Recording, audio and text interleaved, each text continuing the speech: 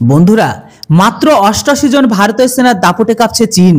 মইজুর মাথা ব্যথার কারণ জানেন? দ্বীপরাষ্ট্রে কি কাজ তাদের? সফর থেকে ফিরেই ভারতকে একের পর এক তোপ দেখে চলেছে মালদ্বীপের নতুন প্রেসিডেন্ট মোহাম্মদ মইজু। সূত্রের খবর অনুসারে আগামী মার্চের মাঝামাঝি সময়ে ভারতকে তার সামরিক বাহিনী সরিয়ে নেওয়ার নির্দেশ দিয়ে দিয়েছেন তিনি।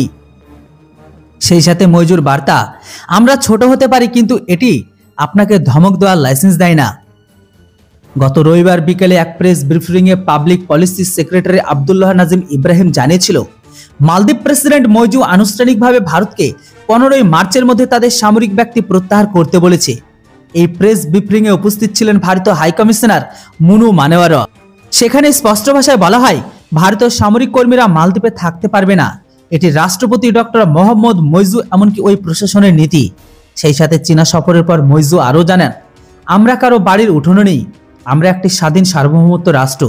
তিনি এও বলেন, দেশের অভ্যন্তরীণ বিষয় একান্তই ব্যক্তিগত, তা সেটা যত ছোট দেশই হোক না কেন।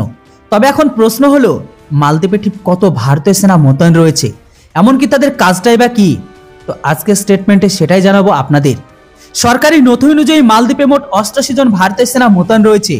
মালদ্বীপের বিভিন্ন স্থানে মোতায়েন রয়েছে এই সেনাবাহিনী। প্রাথমিকভাবে মালদ্বীপের সৈন্যদের প্রশিক্ষণ দেওয়া হচ্ছে তাদের কাজ। যুদ্ধকালীন পরিস্থিতিতে কি করা উচিত এমনকি কি করা অনুচিত সেটারই প্রশিক্ষণ দিচ্ছেন তাদের। তবে মইজুর সরকার চায় না ভারতীয় সামরিক বাহিনী মালদ্বীপে থাকুক। প্রসঙ্গত উল্লেখযোগ্য এটাই, মালদ্বীপের ইতিহাসে ভারতের অবদান অনেক, দীর্ঘ ইতিহাস রয়েছে এর।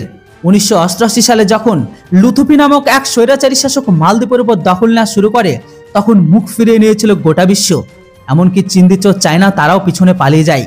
সেই সময় ভারতে একমাত্র রাষ্ট্র ছিল বা দেশ ছিল 9 ঘন্টার মধ্যে ভারতের প্যারামিলিটারি ফোর্স মালদ্বীপে উদ্ধার করে লুথুফির হাত থেকে। এছাড়া ভারতীয় উন্নয়নের স্বার্থে হাজার হাজার কোটি কোটি টাকার আর্থিক সহায়তা দিয়েছে ভারত।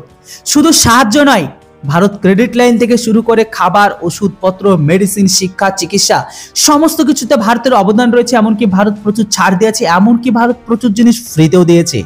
কেননা ভারত তার পড়শি দেশকে ফ্রিতে অনেক কিছু দিয়ে থাকে। করোনা কালেও উপহার স্বরূপ কোভিড ভ্যাকসিন পাঠিয়েছিল আমাদের দেশ। বিগত 3 দেশ এই প্রথম মালদ্বীপ ভারতের বিরোধিতা করছে। শুধু মালদ্বীপ বলে ভুল হবে, নেপাল, শ্রীলঙ্কা, পাকিস্তান, বাংলাদেশ, এমনকি এই দেশকেও ভারত অনেক পরিমাণে ফ্রিতে ভ্যাকসিন দিয়েছিল। আর এই সমস্ত ভ্যাকসিনগুলো তারা পদে নিয়ে ভারত বিরোধিতা করে, হোক নেপাল বা হোক বাংলাদেশ, হোক না এরাই। তো বন্ধুরা, এবার আপনারা বলুন, এই মুহূর্তে কি ভারতের ডিপ্লোমেসি পরিবর্তন করার সময় কি আসেনি? কেননা আমরা এত কিছু ফ্রিতে দেওয়ার পরে আমাদের বিরোধিতা করে।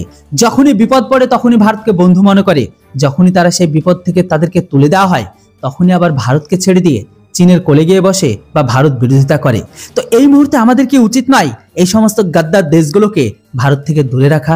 এ বিষয়ে অবশ্যই আপনাদের মতামত কমেন্ট বক্সে লিখে জানান। Thanks for watching. জয় হিন্দ, বন্দে মাতরম।